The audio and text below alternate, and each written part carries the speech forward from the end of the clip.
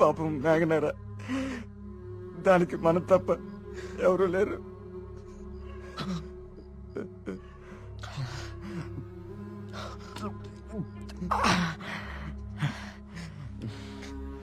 దాన్ని చెప్పింది ఎవరైనా సరే వదలకూడదురా.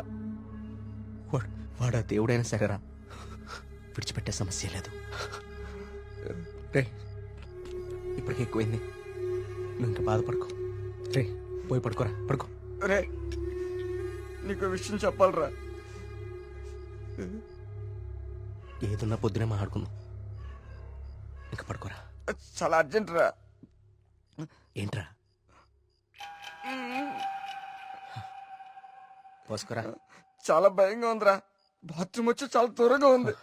ప్లీజ్ రారా. ప్రతిదానికి భయం అంటావేంట్రా పిచ్చోళ్ళలాగా? రే, హెడ్ మాస్టర్ని చంపినట్లు ఆ నెమ్మల్ని అన్ని చంపేస్తే. పిచ్చా నీకేమైనా? నెమలి మనిషిని చెప్పడం ఏంట్రా? దేవుడు దయ్యం అనుకుంటూ సైన్స్ అంతగా పెరిగిన ఈ రోజుల్లో. పదా. థ్యాంక్స్ రా. నువ్వు నీ ఎద ఉభయాలు.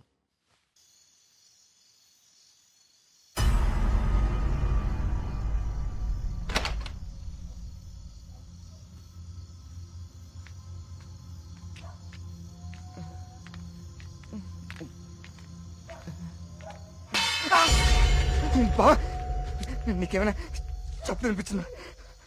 సూరి రా, నిద్ర వస్తుందిరా. బా, అక్కడేదో. నువ్వేంట్రా ఈరోజు? రే సూరే, ఇంకెక్కువైపోయిందిరా. చాలు వెళ్ళు. వెళ్ళు. నిజం రా.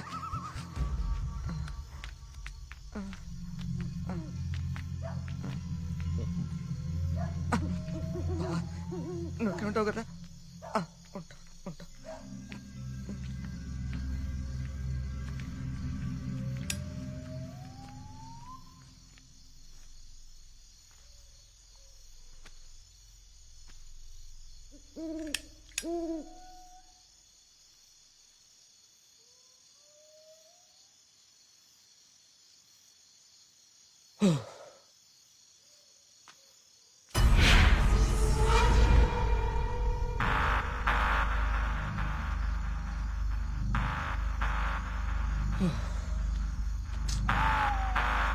నెమ్మది నెమ్మదిగా ఏదో భయం నాకంటుకునేలా ఉంది.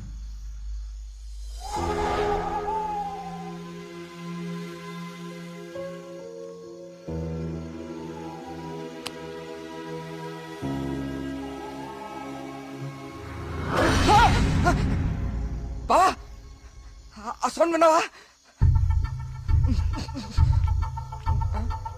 బావా, బా, ఎక్కడికి వెళ్ళిపోయావు బావా? బావా, బావా, రేయ్, బావా, రారా, రేయ్.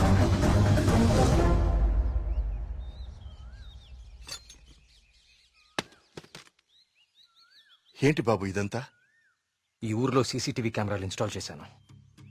సీసీటీవీ కెమెరాలా? అవెందుకు? అన్ని నిజాలు బయటికి రావాలంటే కొన్ని ఎక్కువ కళ్ళు అవసరం లేండి.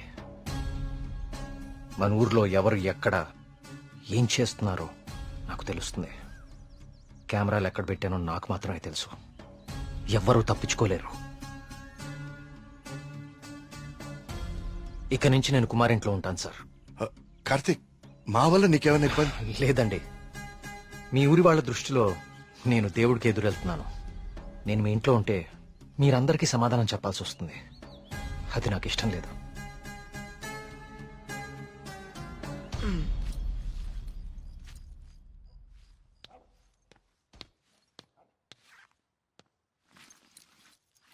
మీ ఇద్దరు ఏం చేస్తున్నారు?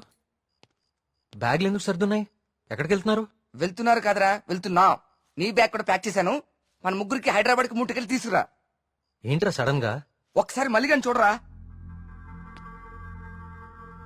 మళ్ళీ ఏమైందిరా?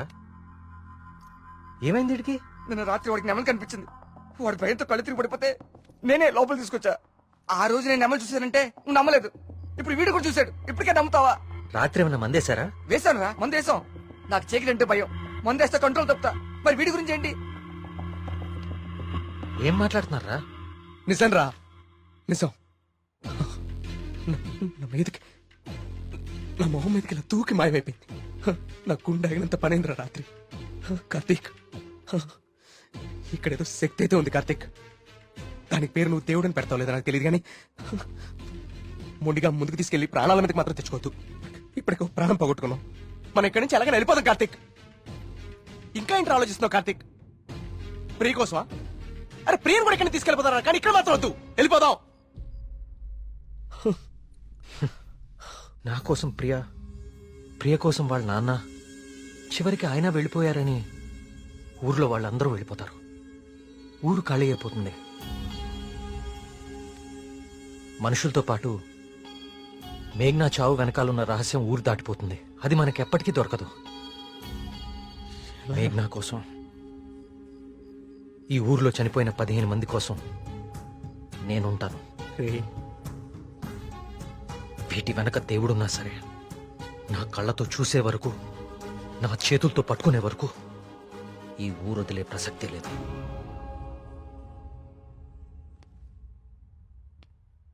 సరేరా రే, టికెట్లు వద్దే వద్దురా. రే బావా, మేము కూడా ఎక్కడే ఉండిపోతారా కార్తీక్ నీ కోసం? అంతేరా? వద్దు. ఈ ఇంట్లోనే మనకిదంతా జరిగిందంటే ప్రమాదం మన పక్కనే ఉంది. మీరుండటం ఇక్కడ సేఫ్ కాదు. మిమ్మల్ని కూడా నేను దూరం చేసుకోలేను. మీరు వెళ్ళడమే కరెక్ట్. పదండి.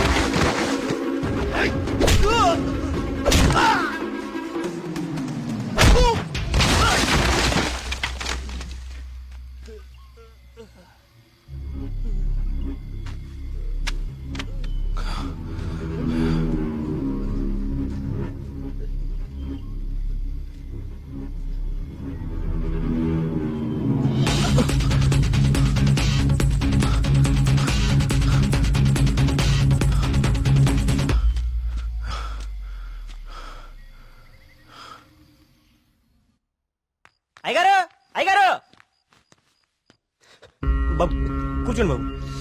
అయ్యగారు, అయ్యగారు, కూర్చోండి బాబు. బాబు అరే ఏమైంది బాబు? ప్రియా ప్రియా ఇదిగో నువ్వు వెళ్ళి దూది టించర్ పట్రా. కార్తీక్ బాబు. ఏమైంది? ఎవరైనా నీ మీద దాడి చేశారా? మీకెలా తెలుసు? ఊహించాను. నువ్వు భగవంతుడికి ఎదురెళ్తున్నావు ఊరంతా నమ్ముతోంది. అది కిట్టని వాళ్ళెవరో నీ మీద దాడి చేసుంటారని ఊహించాను. నీకెందుకు బాబు ఇవన్నీ? తిరిగి హైదరాబాద్ వెళ్ళిపోవచ్చుగా. వెళ్తాను అంకుల్. మీ ఊర్లో ఉండేది ఇంకా 8 రోజులు మాత్రమే. మీరు నమ్ముతున్న దేవుడి మీద గెలిచే వెళ్తాను. గెలవడానికి ఆ భగవంతుడి సాయం కావాలని నేను నమ్ముతాను. నువ్వు ఆ భగవంతుడి మీదే గెలుస్తానంటున్నావు. నీ ఇష్టం. వెళ్ళొస్తాను అంకుల్.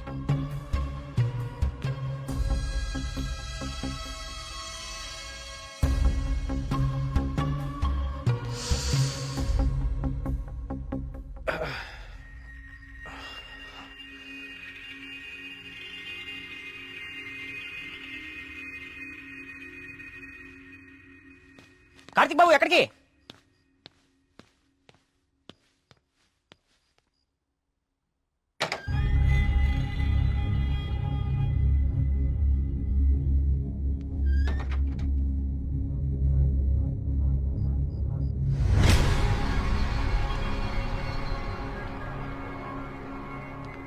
రండి రండి.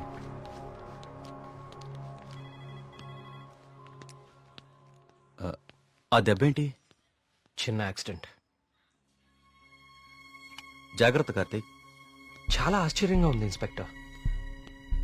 చనిపోయే వాళ్ళకి ఆత్మహత్య చేసుకునే అంత సమస్యలే లేవు. చాలా సంతోషంగా ఉండే ఫ్యామిలీస్ వాళ్ళవి. పైగా చదువు రాని వాళ్ళు కూడా గాంధార లిపిలో దేవుడు నన్ను పిలుస్తున్నాడు నేను వెళ్ళాలి అని రాయటం ఏంటి?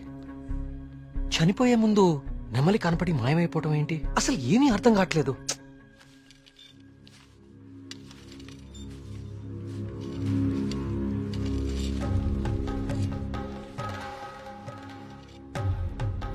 సార్ ఇదిగోండి సార్ ఫైల్. ఇక్కడ పెట్టు. పోస్ట్ మార్టం చేసిన డాక్టర్ని అడిగాను. వాళ్ళు చనిపోయిన వాళ్ళకి ఎలాంటి హెల్త్ ప్రాబ్లమ్స్ లేవని చెప్పారు. అలానే బ్లడ్ టెస్ట్ రిపోర్ట్స్ కూడా నార్మల్ గానే ఉన్నాయి.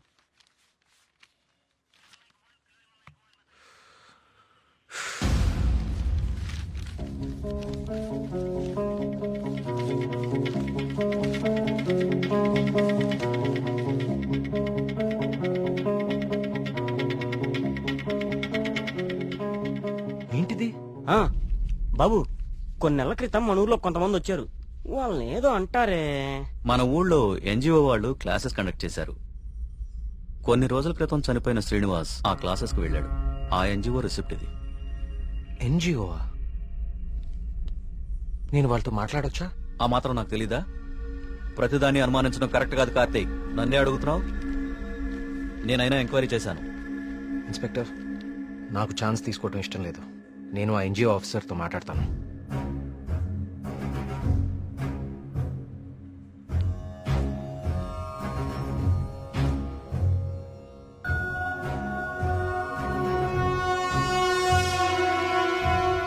ఓకే, సారీ అండి. అలా మాయలేడి రూపంలో మారీచుడొచ్చి రాముణ్ణి లక్ష్మణుణ్ణి దూరంగా తీసుకెళ్లిపోయాడు. వెంటనే రావణాసురుడొచ్చి సీతమ్మ వారిని ఎత్తికెళ్లిపోయాడు. కార్తీక్ కార్తీక్ ఏమైపోయావు కార్తీక్? కాల్ చేస్తున్నాను నీకు, కలవట్లేదు. రాలేదే, బ్యాటరీ అయిపోయినట్టుంది. ఏమైంది? ఎవరో ఒకతను మేఘన ఎలా చనిపోయిందో తనకు తెలుసని కాల్ చేశాడు. ఏంటి? అవును, ఎవరో సురేష్ అంట. అతను మహదేవపురం నుంచి కాల్ చేస్తున్నా అని చెప్పాడు. నాకు డౌట్ వచ్చి నేను సిగ్నల్ ట్రేస్ చేశాను. చేస్తే అతను చెప్పింది నిజమే కార్తీక్. ఉందా నంబరు? ఇదే. Thanks inspector. మీరు ఇక్కడే ఉండండి, నేను ఆ ఊరికి వెళ్తాను. కానీ ఆ ఊరు దారి నాకు తెలుసు. ఇక్కడ నుంచి దాదాపు 250 కిలోమీటర్స్ ఆ ఊరు. Come on let's go. జాగ్రత్త కార్తీక్. అసలు ఈ సురేష్ అనేవాడెవడు? తనకి మేఘ్నా చావు గురించి ఎలా తెలుసు? నేను అదే ఆలోచిస్తున్నా కార్తీక్. ప్రియా, ఒకసారి నీ ఫోన్ ఇవ్వు. సురేష్.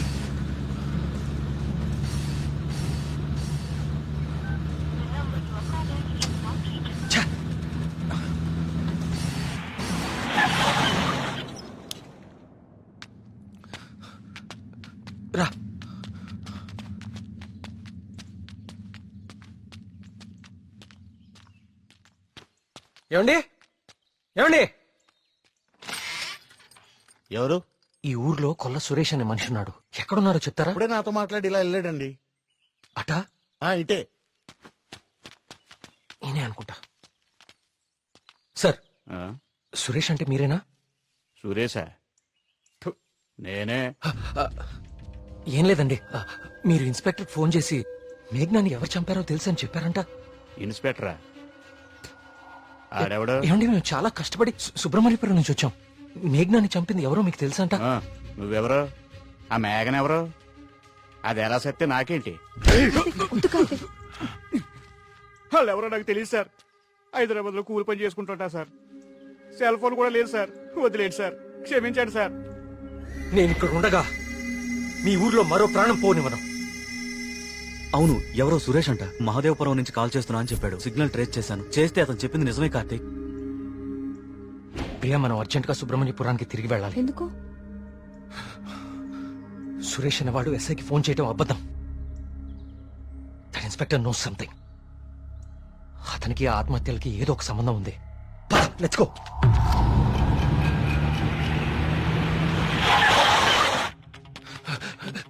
సార్, ఆ ఎస్ఐ ఎక్కడ ఉన్నాడు? అతనికి ఈ ఆత్మహత్యలకి ఏదో ఒక సంబంధం ఉంది సార్. నన్ను మహాదేవపురం పంపించేసి ఇక్కడ ఇంకో చావు ప్లాన్ చేశాడు. అతను ఆపాలి సార్, అతను ఆపాలి. ఈ ఊర్లో ఇంకొక్క ప్రాణం కూడా పోకూడదు. ఏం మాట్లాడరేంటి సార్?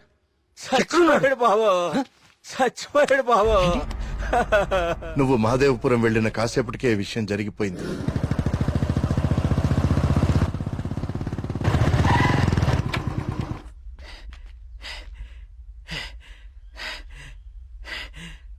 ఇన్స్పెక్టర్ గారు, టీదేమంటారా?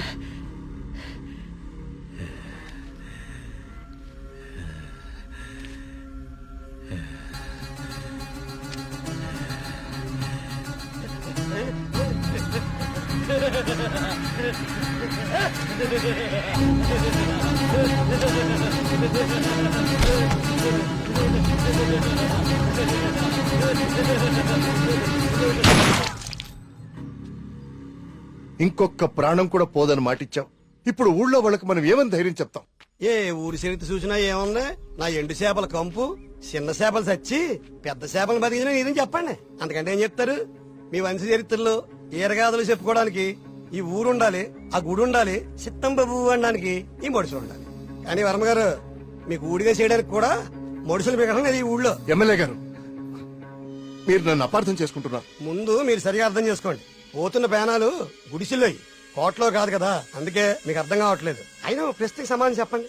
ప్రమాదం అని తెలిసి ఈ ఊళ్ళోనే ఎందుకు ఉండాలి? ఇన్ని పేనాలు పోతున్నా ఏ స్వార్థంతో మీరు జనాల్ని ఈ ఊరు వదిలి అనుకుండా చేస్తున్నారు? చెప్పండి సమాధానం. వర్మ గారు, గుడి దగ్గర చిన్న పూజారి ఆత్మహత్య చేసుకోవడానికి ప్రయత్నించాడు.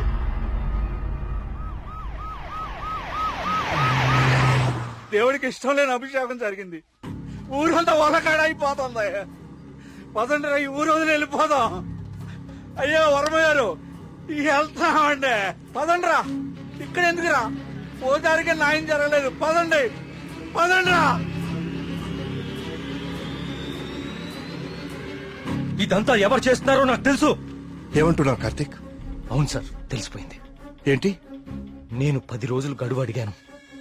ఇంకా ఒక్క రోజు మిగిలింది. 24 గంటల్లో ఈ ఆత్మహత్యలు వెనుకున్న వాళ్ళని రెడ్ హ్యాండెడ్ గా మీ ముందు నిలబడతాను.